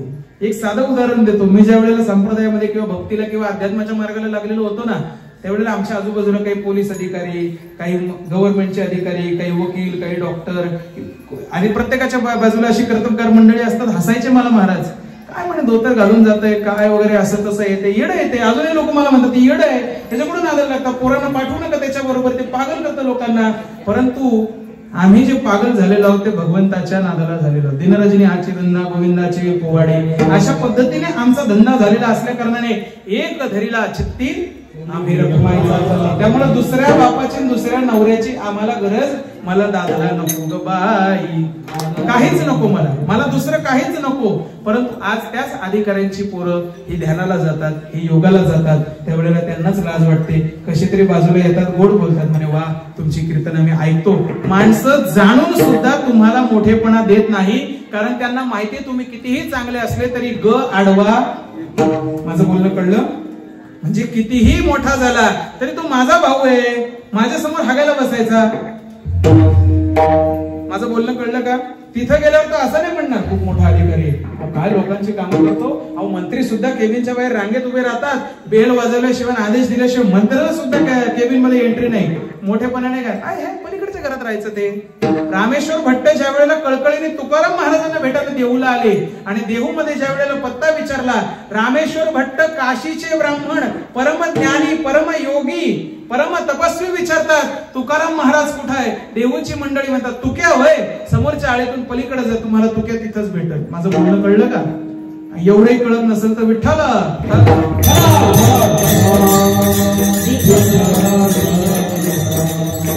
त्यामुळे आपल्याला मोठेपणा मिळालाच पाहिजे असं नाही. आपण जे करतोय ते चांगलंच आहे का? कारण तिथं ज्ञान आहे, विवेक आहे, विचार आहे, बुद्धी आहे, श्रद्धा आहे, आस्था आहे, भगवंत आहे, साधू संतांचा आशीर्वाद आहे, तिथं प्रयत्न आहे, तिथं पराकाष्ठा आहे, तिथं मेहनत आहे, तिथं कष्ट आहे, तिथं आनंद आहे, तिथं सुख आहे. आता एवढ्या गोष्टी सांगितल्यानंतर अजून काय बापाचं डबल ठेवायचं का? विठ्ठल. म्हणजे जिथं एवढ्या गोष्टी एकत्रित आल्या आहेत तिथं बाकीच्या गोष्टींची काही गरज आहे का? पोटात भर तर तंगडीत. आणि जो जिथं लात मारेल तिथं पाणी काढेल, त्या माणसाला काय प्रत्येक ठिकाणी विहिरी खोदून दाखवल्या पाहिजेत का? जादूगार आहे म्हटल्यावर कुठेही जादूगाराला उभा राहील का? कीर्तनकार म्हटल्यानंतर काय कुठेही उभ्या बाजारात हरिकथा हे तो नावडे पंढरी नाथा. प्रमाण बरेच लोकांना पाठ नाहीये. उभ्या बाजारात हरिकथा हे तो नावडे पंढरी. कुठेही उभं राहायचं, ज्ञान वाटायचं. काही माणसं खूप हुशार आहे, त्यांना आपण शिकवायचं नाही. प्रयत्न केला बदलायचा तर ठीक आहे, नाही बदलले तर त्यांना त्यांच्या वाटेने जाऊन द्यायचं, आपण आपल्या वाटेने जाऊन द्यायचं. कितीही साधू संतांचं कर्तृत्व असलं तरी प्रत्येकाचा गुरु एकच आहे का? नाही. प्रत्येकाचे गुरु वेगवेगळे, हाताचे पाचे बोट वेगवेगळे, स्वभाव वेगवेगळे, एवढं असून सुद्धा पिंगळा सांगतो हे जरी नाही काल, हे जरी नाही काल,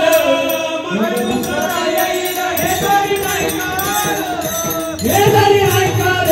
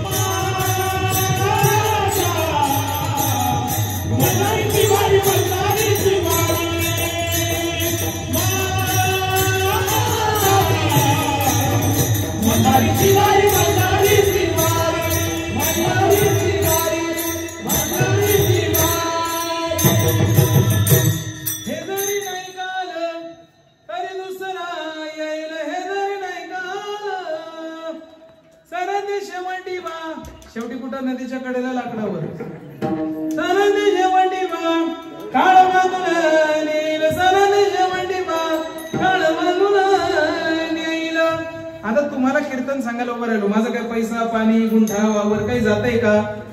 तुम्ही जर नाही ऐकलं तर मला काही तोटा आहे का? एका जनार्दनी आमचे काही जाईल, एका जनार्दनी आमचे काय जाईल. पिंगळ पिंगळ पिंगळ पिंगळ महाद्वारी मोली मोली तुले गा, पिंगळ महाद्वारी मोली मोली तुले गा. कोणाचं काही जात नाही आयुष्यामध्ये. आई बापाचं नाही ऐकल्याने आई बापही जाणार आहे, सगळं जाणार आहे, आपण तिथं राहणार आहे आणि जे आई बाप सांगतात ते आपल्याला उपयोगाला येणार आहे. आणि जर नाही आई बापाचं ऐकलं तर आपण आयुष्यात येऊन वाया जाणार आहे. काळात अनुभव आयुष्यामध्ये सगळं शिकवतो का जर थोडं मोठ्यांचं ऐकलं नाही, आम्ही जरी नसलो ना तरी कोणतरी दुसरा सांगायला येईल. चांगले विचार कधीच संपत नाही, चांगले विचार सांगणारे कधीच संपत नाही. संत प्रत्येक वेळेला जन्म घेतात. संतांची शिकवण सांगायला प्रत्येक जण अव्याहत कष्ट करत असतो संप्रदायामध्ये. परंतु लोक जरी ऐकलं नाही तरी सांगणाऱ्याचं काहीही जात. परंतु हे ऐका मायबाप मंडळी. का? कारण तुम्ही ज्या वर्तमानात जगताय ते वर्तमान खोटं आहे आणि ते वर्तमान खोटं असल्या कारणाने ज्या सगळ्या आयुष्यामध्ये आपण आपलं आयुष्य काय तुम्हाला सांगतो. जन्माला यायचं, शाळेत जायचं, खिचडी भात खायचा, पोषण आहार घरी आणायचा, शिजवून संध्याकाळी नैवेद्याला देवाला दाखवून पंक्तीला पाणी सोडून तो पोटभर मीठ मिरची लावून खायचा. दुसऱ्या दिवशी पुन्हा सकाळी लग्न करायचं, दुपारी मुलं बाळ होतात, संध्याकाळी त्यांच्यासाठी देवा बामणाला भक्तावाण्याला नवस करायचे. माझ्या पोराबाळांचं बळ, पोरं बाळ मोठी झाली का त्यांचं लग्न लावून द्यायचं. त्या पोरा बाळांसाठी बांध कोरू कोरू, बांधाची एक संकल्पना आहे. मी ज्यावेळेला लहान होतो ना यांच्या एवढा, बांध काय लांबची संकल्पना नाही, अलीकडची संकल्पना आहे. म्हणजे हल्ली हल्ली इथपर्यंत मी यांच्या एवढा होतो ना त्यावेळेला बैलगाड्या होत्या माझ्या मामाच्या गावाला. आता मामाही नाही राहिला, मामाचं गावही नाही राहिलं. आता दूध भाऊ, वाड भाऊ, गुरु भाऊ असे भाऊ झाले. सक्का भाऊ लांब राहिलेला आहे मायबाप.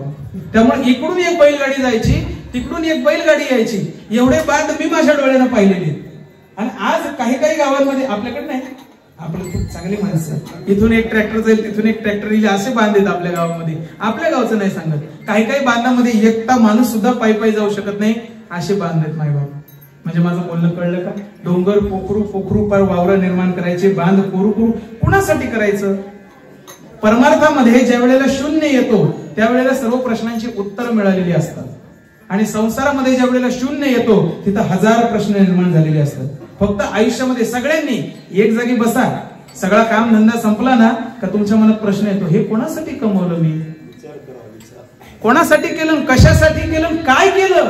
3 मजली माडी बांधली, आज मला तिथं माडीमध्ये स्वतःच्या आनंदाने स्वतःच्या मनाने फिरता येत, एवढी संपत्ती कमवली, माझ्या आवडीचं मला पोटभर वाटेल असं जेवण मिळत, कितीही समर्थ असला कितीही मोठा असला तरी इच्छा असूनही वेळेला चहाचा कप मिळत.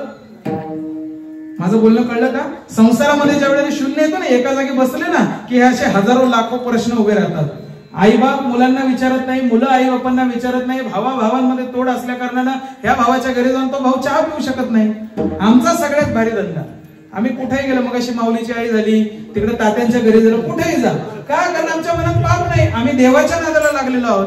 दिनरजनी हाची धंदा, गोविंदाचे पवाडे. माणसं नसताना, मी तर काय वेळेला असे आमचे बाबळे महाराज पण सांगतात का माणसं नसताना, घरदार उघड्यावर असताना आम्ही त्यांच्या घरात झोपून आराम केलेला आहे. लोकांनी आमच्या जीवावर घरं सोडलेली आहेत. आज मुंबईला अशी पोरं आहेत, तरुण मुलं मुली आहेत, माझ्या मागे आई बाप म्हणतात महाराजाबरोबर आहे ना काही टेन्शनच नाही. का? कारण मुंबईत राहून 23-24 वर्षाचा झालो, दारूला हात नाही, व्यसनाला हात नाही, बाई बाटलीचा विचार शेवटपर्यंत नाही, मनात पाप नाही. दिला असं तर चांगलाच सल्ला दिला असेल. हा फक्त एक आहे, बोलायला पटायते, गप बसत नाही. विठ्ठल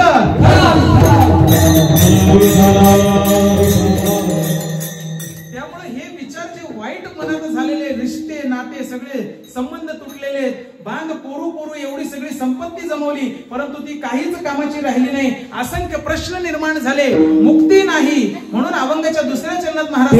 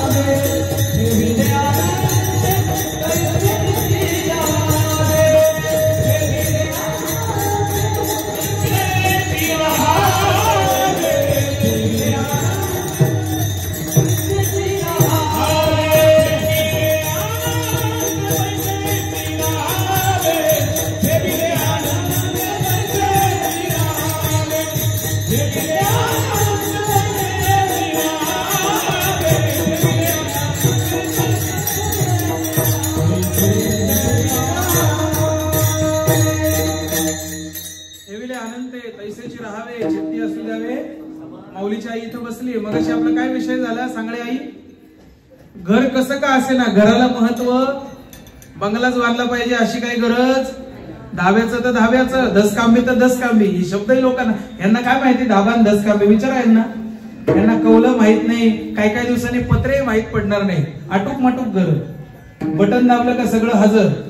काही घरं असे बटन दाबलं का सगळं हजर. फक्त सुख आणि आनंद ही बटन दाबल्यावर मिळत नाही. म्हणून नाही तर कोट्यावधी करोडपती लोक पडलेले, कधीच देव सुद्धा विकत घ्यायला कमी केलं माझं. आणि डबल घोड्याचं गुट्टीचं पातळ, वटाच्या खाली येणारा पार हनवटीपर्यंत येणारा नथीचा आकडा, गळ्यात गाठलं, वजरटीक, तोडबंद्या, मासोळ्या, येळा, कबरपट्टा, चपला हार, लक्ष्मी हार. काही चुकतंय का? कर्ण फुलं, त्याच्यानंतर बहुराणी, झुमके, नंतर आलं कानाच्या चैनी, त्याच्यानंतर जोडवे, मासोळ्या, अंगठ्या, गोखर, बांगड्या, पाटल्या, मग येळा बाजूबंदी, मग अशीच झालं, तोळबंद्या. राहिलं नाही आता, काही नाही राहिलं. राहिलं काय? फक्त याचं त्याचं उन्ह दुन, याला त्याला त्रास देणं, याचं त्याचं घर फोडणं, इथं तिथं काड्या लावणं. माणसाचा जन्म हा प्रवास आहे. तिकीट आपण दुसऱ्याच्या घरी पाहुणं म्हणून गेल्यानंतर किती चांगले वागतो, ते स्वतःच्या घरात वागत नाही. इथं पाहुणे म्हणून आलेल्यामुळे इथं चांगलं वागा, कारण जिथं पाहुणचारपणाला गेल्यानंतर आपण जितकं चांगलं वागतो तितकं आपली प्रशंसा आणि वर्णन झाल्याशिवाय राहत नाही. आणि ही शिकवण जर साधू संतांकडनं घ्यायची असेल तर साधू संत एकच सूत्र देतात, भगवंताचं नामस्मरण. विठोबा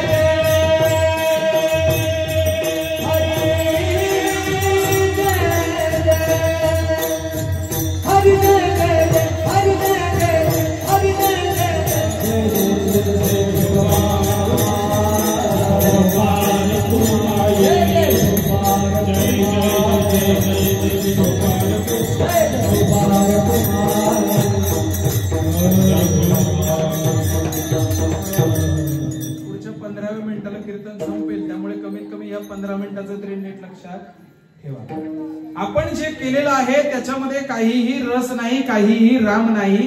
हे आयुष्यभर केल्यानंतर शेवटी पश्चाताप होऊ नये म्हणून साधू संतांनी सांगितलं का भक्ती करा, थोर भक्ती करा. कशी करा? संसाराच्या मायेचा, सोडण्याचा, विकारांचा संकल्प सोडा. माझ्याकडून माया सुटली पाहिजे, माझ्याकडून पापकर्म नाही घडलं पाहिजे, ही संकल्पना मनात आणून त्याच्यावरती पाणी फिरवा, संकल्प सोडा. भगवंत तुमच्यापाशी आल्याशिवाय राहणार नाही. आणि भगवंत प्राप्त करण्यासाठी एकच अवस्था मॅटर करते, एकच अवस्था मदतगार ठरते. ठेवी ध्यानंते तैसेची राहावी, चित्ती असू द्यावे. तुमची जी अवस्था आहे त्या अवस्थेमध्ये दसकामी तर दसकामी, धाव्याचं तर धाव्याचं, कौलारू तर कौलारू, चंद्रमौळी तर चंद्रमौळी. चंद्रमौळी तर माहितीही नसेल बऱ्याच लोकांना. ज्या झोपडीत झोपल्यानंतर वर चंद्र दिसतो ना पडक्या कौलाची, तिला चंद्रमौळी झोपडी म्हटलं जातं. कशी का असे ना आपलं घर आनंदानं भर. हा, माझं बोलणं कळलं का? नको ते म्हणी बनवलेत लोकांनी. हा, आपलं घर आनंदानं भर, कारण आपण जे बोलतो वस्तू तथास्तु तथास्तु म्हणत असल्या कारणाने ते खरं ठरतं. त्यामुळे आपली जी अवस्था आहे त्याच्यामध्ये राहून समाधान ठेवणं याला खूप महत्व आहे. आणि या सोनेवाडी या गावामध्ये बरीच मंडळी अशी आहेत. खरं तर तुम्ही सगळीच आहे, परंतु विशेष कर्तृत्व केलेल्या माणसाचं नाव काढल्या जातं. गोमाशे कुटुंब आहे, उगले कुटुंब आहे, आव्हाड कुटुंब आहे, सांगळे कुटुंब आहे, आंधळे कुटुंब आहे. बरीच मंडळी अशी आहेत का जिथे स्वतःच्या आयुष्यामध्ये सामान्यत्व असून सुद्धा केवळ कष्टाच्या जोरावर, मेहनतीच्या जोरावर मनात आनंद, समाधान, चित्ताशी एकरूप होऊन आस्था आणि श्रद्धा, विश्वास भगवंतावर ठेवून स्वतःच्या संसाराला सोन्याचं केलेली मंडळी याच गावात आहे. बहुतेक अशा चांगल्या पुरुषार्थी लोकांवरूनच या गावाला सोनेवाडी हे नाव पडलेलं असावं. विठ्ठल.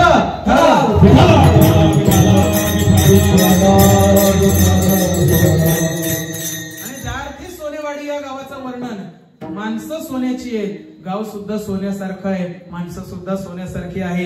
हे होतं म्हणजे ह्या गावामध्ये अजूनही बऱ्याच प्रकारे, बऱ्याच पैकी ही कर्तृत्ववान, पुरुषार्थ गाजवणारी, कर्तबगारी बजावणारी, कर्तव्यनिष्ठ, भगवंताची भक्ती करून चित्ती समाधान ठेवून काम करणारी मंडळी. माझं बोलणं खोटं आहे का? नाही. अशी चांगली मंडळी गावात असल्यामुळं या गावाचं नाव सोनेवाडी आहे. ते आपण सार्थकी केलं पाहिजे. चित्ती असू द्यावे समाधान. साधू संतांची भक्ती, साधू संतांनी सांगितलेलं ज्ञान आपल्या मनामध्ये ठसवलं पाहिजे. नाहीतर आपण काहीही करत नाही. आयुष्यात आल्यापासून, मागे मी दोडीच्या कीर्तनात सुद्धा म्हणालो का बाळ जन्माला आल्यानंतर आत्याबाई बाळाच्या कानात रामकृष्ण हरी म्हणते का? ती काय म्हणते? कुर्र. काय म्हणते? त्या बाळ आयुष्यभर कार कूर कटकटच करतात. ते आयुष्यात कधी भगवंताच्या नादाला लागत आणि त्याला देवाच्या नादाला लावण्यासाठी इतका प्रपंच करावा लागतो का शेवटी त्याच्यासाठी जोडी शोधावी लागते. परंतु आयुष्याच्या कोणत्याही वाटेवर कोणत्याही क्षणाला आपण कितीही आनंदी असलो तरी भगवंताची आठवण काढत.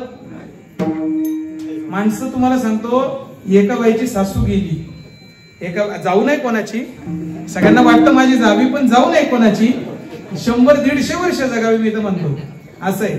पण तिची सासू गेल्यानंतर आता तिनं एक तर दुःख व्यक्त करणं अपेक्षित आहे, गप्प बसणं अपेक्षित आहे, नाही तर आहे तो कार्यभाग पुढे व्यवहार पार पाडणं अपेक्षित आहे. तिनं रडायला सुरुवात केली. आणि आपल्या लोकांमध्ये हा एक भयंकर प्रकार आहे का रडणं गाण्यामध्ये गाऊन आपण फार सातबारान गुंठान वावर वाड्या फार वाटे करून टाकतो त्या रडण्यामध्ये. तिनं सुरुवात केली, आत्याबाई ग मला म्हणल्या होत्या ना माझ्या सोन्याच्या वाट्या ग तुलाच देते ना, माझा पुतळा हार यांनी मला केला ग तुलाच देईन, तुझ माझी येईन.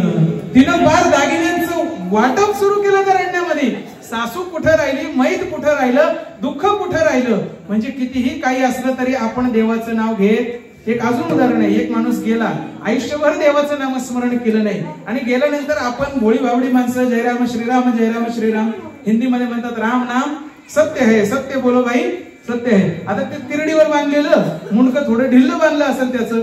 माणसाला शेवटी काळ बांधून नेतो. तुम्हाला मोकळेपणाने मरायची सुद्धा हौस नाही किंवा इच्छा नाही किंवा हे नाही, संमती नाही. फक्त मोकळेपणाने जगायची संमती आयुष्यामध्ये. माझं बोलणं कळलं का? काय करायचं, काय खायचं, कसं वागायचं, किती आनंद घ्यायचा, दुःख कसं बाजूला सरायचं, हे निर्णय जिवंत असेपर्यंत इह लोकांमध्येच, बाकी कुठेही निर्णय घेता येत, निर्णय नियती घेत असते. आता त्याचं मुंडकं थोडं ढिल्ल बांधलं असेल. खरं तर चांगल्या मंगल कार्यामध्ये असे उदाहरण देऊ नये. तर ते राम नाम सत्य आहे म्हटलं का ते असं हलायचं, ते असं हल्लं का आता ते सोनेवाडीच्या पलीकडच्या गावचे पाहुणे गेले असतील तिथं, म्हणे नालायक हरामखोर आयुष्यभर देवाचं नाव घेतलं नाही आणि आता राम नाम सत्य आहे म्हटलं का नाही म्हणतो विठ्ठल.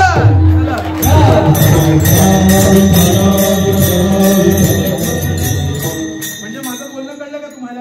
आता लग्नात जरी आपण दळाय बसलो, या बाई मोत्याच्या मांडवाला ग कोणी बाई जोडी पक्कड, आमच्या रखमाई येईनीला ग येठोबा भेटलाय पक्कड. आता मी भगवंताचा माणूस असल्या कारणाने मी विठ्ठल रुक्मिणी तिथं घातली. तुम्ही घालता का? मांडगवाच्या दारी बसलं कोण कोण, संगीता येईल झाली आहे दोन. माझं बोलणं कळतंय ना तुम्हाला? मी काय सांगतोय ते तुमच्यातलं उदाहरण दिल्या कारणाने तुम्हाला कळतंय. आयुष्यामध्ये कितीही सुखाचा प्रसंग आला, कितीही काही आलं तरी सुद्धा हल्ली तर कुंती म्हणाली होती मला दुःख दे, का तर दुःखात तुझी इच्छा आणि तुझी अपेक्षा आणि तुझी आठवण राहील. परंतु माणसं दुःखात सुद्धा देवाला विसरत किंवा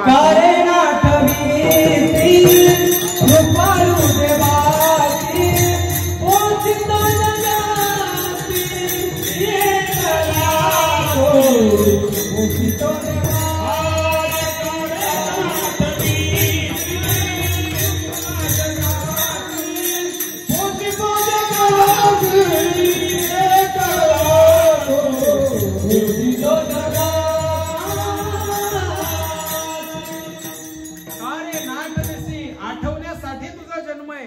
तू भगवंताला आठवावं म्हणून तुला जन्म दिला, कष्टाच्या बाहेर काढलं. परंतु जन्माला आल्यानंतर आत्याबाई त्याच्या कानात पूर करते आणि ते म्हणतात क्याव, मी कधी म्हणालो, मी काय म्हणालो, मी कसं म्हणालो, कोण तू असं म्हटल्या कारणाने जन्माला आलेल्या बालकासी त्याला माया नसते, त्याला मोह नसतो. आपण त्याला सांगतो ही तुझी आई, हा तुझा बाप, हा तुझा वावर, हा तुझा संसार आणि इथून हे तुझं नाव, हे अशा पद्धतीने त्याला मोह मायेमध्ये आपण अडकवून टाकतो. ते मात्र निरपेक्ष, निरीच्छ आणि निर्मोही जन्माला आलेलं असतं. त्यामुळे ब्रह्माला जन्माला आल्यानंतर माया चिकटते, म्हणून तो परब्रह्मापासून वंचित राहतो. त्याचं वाटोळं झाल्याशिवाय राहत नाही. आणि याचा संदर्भ देणाऱ्या साधू संतांनी शिकवण आपल्याला दिलेली आहे का भगवंताचं नामस्मरण करत राहा. मायबाप मंडळी, पायाच्या प्रसादे काही बोलिलो विनोदे मज क्षमा करणे संगती नवे अंग होत युक्ती नवे नवे हा उपदेश तुमचे बडबडिलो शेष तुमच्या कृपेचे पोसणे जन्मोजन्मी तुका म्हणे कीर्तनामध्ये विनोद करणं हा माझा स्वभाव नाही साधू संतांचा उपदेश नाही का कीर्तनामध्ये विनोद करू नये परंतु तत्सम बुद्धीनुसार जर एखादा प्रकार प्रयोग मांडलेला असेल दृष्टांत दिला असेल त्यातून जर हास्य विनोद निर्माण झाला असेल तर त्या हास्य विनोदाच्या निमित्ताने का होईना भगवंताला विसरू नका भगवंताचं नामस्मरण सोडू नका तुमचं कल्याण झाल्याशिवाय राहणार नाही जग तुम्ही कितीही पुरुषार्थ करा तुमची निंदा केल्याशिवाय राहत तोंडावर खूप गोड बोलतात मागून माझं बोलणं कळलं का हाड कोणाला म्हणतो आपण कुत्र्याला तुम्ही कितीही पैशावाला माणूस होते त्याच्या मागून एखादा हाड बोलणं तुम्हाला भेटल्याशिवाय राहणार नाही त्यामुळे आपण आयुष्यामध्ये सक्सेस होणं एक आमच्यामध्ये खूप मोठे प्रसिद्ध महाराज आहे त्यांचं म्हणणं आहे मी आज बोललेलं जरी तुम्हाला कडवट वाटत असलं तरी ते केव्हाही खरं आहे साधू संतांनी सांगितलेलं आमच्या मुखातनं निघालेलं सद्गुरु कृपेने जे जे काही आहे ते कधीही काळाची पानं उलटून गेल्यावर जरी बघितलं अगोदर नंतर आता केव्हाही बघा ते खरंच आहे तिथं खोट्याचा लवलेश आम्ही खोट्याचा पाटा पुजणारी मंडळी एका माणसानं पाट्याला शेंदूर लावून त्याची देवी केली होती जत्रा भरवली होती माझं बोलणं कळलं का म्हणजे दगडाला शेंदूर लावून देव करणारे खूप मिळतील परंतु त्या दगडाची मूर्ती घडवून त्याच्यामध्ये परब्रह्माचं आवाहन करून त्याची प्राणप्रतिष्ठा करून त्याचं सुंदर सुखरूप आनंदमय कल्याणकारी कृपावत्सल मंदिर बांधणारे साधू संत मिळणार आणि जर मिळाले असतील तर त्यांना आपण जपलं आणि अशा माणसांना जर जपलं तर आपलं कल्याण झाल्याशिवाय राहणार मुंबईच्या अलीकडचं कल्याण आयुष्यामध्ये सुख प्राप्त करून आनंद प्राप्त करून महाराजांचं आणि शेठचं माझं बोलणं चालू होतं का नुसतं आपल्याला आनंद मिळाला पाहिजे असं नाही आता उदाहरणार्थ आपला जर नळ खराब झाला तर आपण प्लंबर कडे जातो प्लंबर काय आईच्या पोटातनं शिकून आलाय का त्याच्या आयुष्यात कुठेतरी नळ खराब झाला असेल तो त्याला दुरुस्त करायला घेतला तेव्हा परम कष्टाने त्याला कुठेतरी ती क्रिया प्राप्त झाली का अशा पद्धतीने नळ दुरुस्त होतो अशा पद्धतीने नांगराचा फळ बसवला जातो अशा पद्धतीने मोटार भरली जाते अशा पद्धतीने साऊंड सिस्टीम लावला आयुष्यात आलेल्या संकटांमुळे किंवा निर्माण झालेल्या परिस्थितीमुळे जे माणूस शिकतो अनुभवामधनं त्याच्यातूनच मोठमोठे पुरुषार्थ निर्माण होतात पाणी जमिनीच्या खाली खोदल्यावर सापडेल हे जरी कळत असलं तरी आपण विहीर खोदतो का विहीर खोदायला आपण माणूस बोलवतो का आपल्याला जरी काही माहिती आहे जमिनीच्या खाली पाणी खोदल्यावर मिळणार आहे तरी सुद्धा ते काम आपलं ज्याच्या आयुष्यामध्ये ज्याचं काम आहे त्याला ते काम करू द्या दुसऱ्याच्या कामात कधीच ढवळाढवळ करू नका सासवांनी सुनांच्या कामात ढवळाढवळ करू नका सुनेनी सासऱ्याच्या कामात ढवळाढवळ करू नका बायकांनी नवऱ्याचे कान फुकू नका ते काम गुरुला दिलेले माझं बोलणं कळलं का कान फुकण्याचं काम हे गुरुच आहे बायकांनी नवऱ्यांचे कान फुकू नका बायकांचं ऐकून ऐकून मोठमोठाले वाडे माड्या पार लयाला गेलेल्या या डोळ्यांनी पाहिलेल्या माझं वय खूप कमी आहे मी फक्त 23-24 वर्षाचा आहे परंतु एवढे अनुभव भगवंताची अफाट कृपा आहे आता मगाशी नांदूरवर तिकडनं येताना सुद्धा एक जण म्हणे काय तुमचा अभ्यास एवढा दांडगा आहे म्हणे तुम्ही काही थांबतच नाही म्हटलं थांबायला आयुष्य दिलेलं नाही आयुष्य पुढे चालायला दिलेलं थांबायचं नाही मागे कधी पुढे चालत राहायचं आणि आनंद सुख मी शेठला पण म्हणालो कोणी किती काही बोलो आपण चांगलं काम केल्याशिवाय राहायचं नाही वंजारी भवन बांधताना किती लोकांनी म्हटलं सर काय गरज आहे परंतु आज वंजारी भवन बांधल्यानंतर वंजारी समाज आदर्शाने आनंदाने म्हणतो आमचं वंजारी भवन मोरवाडीमध्ये आहे असं बोललं कळलं का पंकजा ताई ज्या वेळेला इलेक्शनला उभ्या राहिल्या त्यावेळेला बरेच लोक म्हणाले ताईला काय गरज आहे परंतु आज ताई नेतृत्वामध्ये ज्या वेळेला उभ्या राहतात त्यावेळेला ती आमची ताई आहे म्हणणारा सुद्धा आपलाच समाज आहे मंदिर बांधताना सुद्धा एवढं मोठं मंदिर बांधायची काय गरज आहे परंतु त्याच मंदिरात येऊन प्रसादामध्ये पोटभर डाळभात खाणारे आणि कीर्तनाचा आनंद घेणारी माणसं सुद्धा आपल्याच गावात आहेत त्यामुळे खोडा घालणारे वाईट बोलणारे लाख भेटतील तुमचं भलं करणारे साधू संतांसारखी माणसं भेटणार नाहीत महाराज ज्ञानेश्वर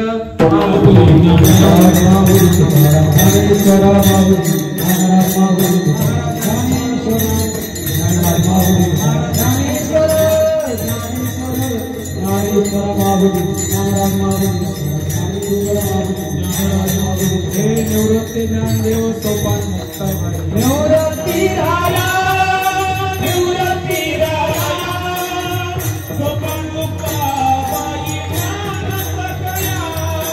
निवृत्ती राया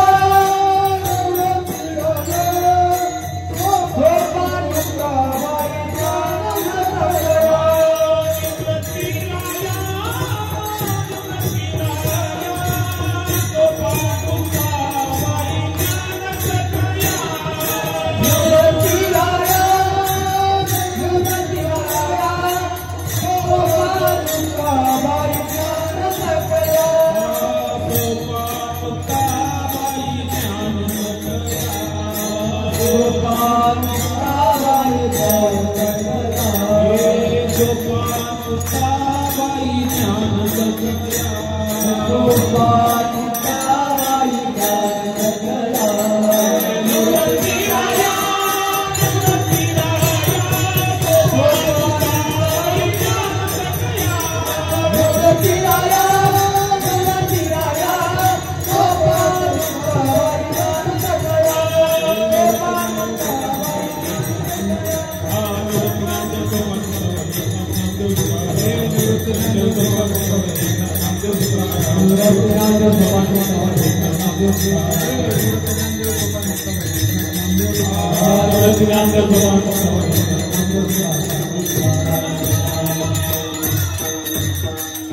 आजच्या प्रस्तुत सेवेमध्ये प्रस्तुत कीर्तनामध्ये एकच उपदेश, बाकीचं तुम्ही तर लक्षात येणारी मंडळी हुशार आहे, परंतु जर काहीच लक्षात आलं नसेल एक सूत्र एक गोष्ट मनामध्ये बांधून ठेवा, भगवंत, भगवंताची भक्ती, भगवंताचं नामस्मरण, भगवंताप्रती श्रद्धा, संशय ठेवायचा नाही, विश्वास, भगवंताचाच विचार, भगवंताचं ज्ञान, भगवंताचीच सेवा. इथं मला ओळखणारी बरीच मंडळी आहेत. आमचे बाबा लहानपणापासून बाबांबरोबर आम्ही ताडदेव मध्ये राहिलेलो, मारुती शेटकर आहेच, बरीच मंडळी आमच्या सांगळे माऊली असतील, गोरेगावला लागोपाठ मी 2-3 वर्ष 4 वर्ष काल्याची कीर्तनाची सेवा केली.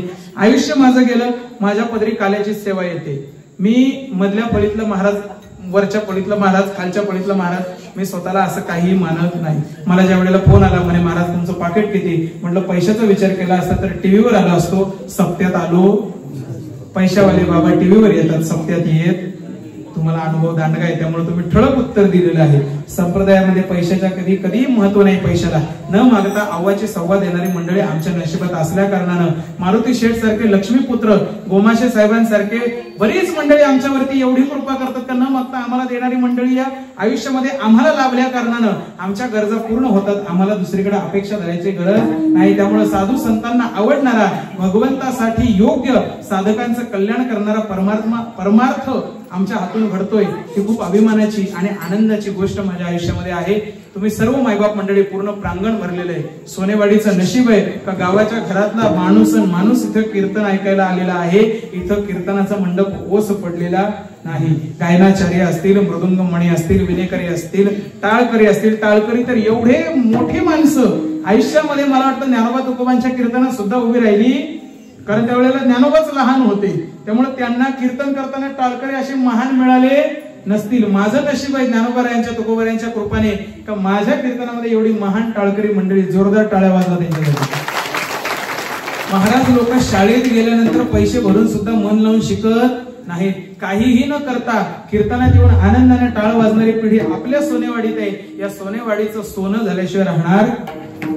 आणि गोमाशे साहेबांसारखे, मारुती शेठ सारखे, आव्हाड कुटुंबियांसारखे, आंधळे कुटुंबियांसारखे, सांगळे महाराजांसारखे मंडळी रत्नाच्या गावामध्ये आहेत ना, त्या गावाचं कधीच वाटोळ होणार नाही. त्या गावाचं सोनच होणार. कारण एवढा पुरुषार्थ गाजवणारी मंडळी, ज्यांचा तिन्ही लोकी झेंडा आज महाराष्ट्रभर, मी ज्यांची नावं घेतली ना, महाराष्ट्रात कुठेही विचारा, त्या मंडळींना कोणी ओळखत नाही असा कोणत्याही गावात माणूस मिळणार नाही. गोमाशे साहेब असतील, त्यांनी फार आमच्या उगले शेठने पूर्ण महाराष्ट्र पेंजून काढला. फार अगदी राजकारणामधील मास्टर माइंड विखे पाटलांना गावात आणून गावचं कल्याण करण्यासाठी, वंजारी भवन उघडून वंजारी समाजाच्या उत्कर्षासाठी लढणारी मंडळी आपल्या कीर्तनामध्ये ब्रह्मत्व प्रकट करून प्रत्येकाला ज्ञान देऊन भाषेच्या ज्ञानाने प्रत्येकाला परिपूर्ण करणारे सांगळे महाराज असतील. बरीच मंडळी अशी तुम्हाला गावाला लावलेली आहेत. आणि तुम्ही सर्व मायबाप मंडळी, मी लहान असताना सुद्धा, अडाणी अजाण असताना सुद्धा माझ्या कीर्तनात येऊन भगवंताचं नामस्मरण केलं. उंच हात करून कीर्तनामध्ये जो बसतो त्याच्या आयुष्यामध्ये ती वेळ मोजली जात नाही. म्हणून माणसं 100च्या पलीकडे, वारकरी 100च्या पलीकडे जगतात. भगवंताच्या सेवेत घालवलेला काळ आयुष्यात मोजला जात नाही, संसारात मोजला जात नाही. तो यथार्थ होतो, सार्थकी होतो. म्हणून तुम्ही जे भगवंताचं भजन आणि नामस्मरण केलं, हात उंचावून न सांगता टाळ्या वाजवून भगवंताचं नामस्मरण केलं, हेच तुमच्या आयुष्याचं संचित प्रारब्ध आणि म्हणजे हित करणारं कर्म आहे. आणि फडाची सेवा करत असल्या कारणाने काही नियम माझे तुम्हाला वेगळे वाटले असतील, परंतु हरकत नाही. भगवंताची सेवा करणं हा एकच मूळ उद्देश आहे. त्यामुळे तुम्ही मर्सिडीज मध्ये बसले काय, मी सेंटर मध्ये बसले काय, आपण एकाच दिशेला जाणारी मंडळी आहोत. त्यामुळे एवढा विचार करायचा नाही. भगवंताची सेवा करायची. सर्व मायबाप मंडळीच्या चरणी नतमस्तक. आणि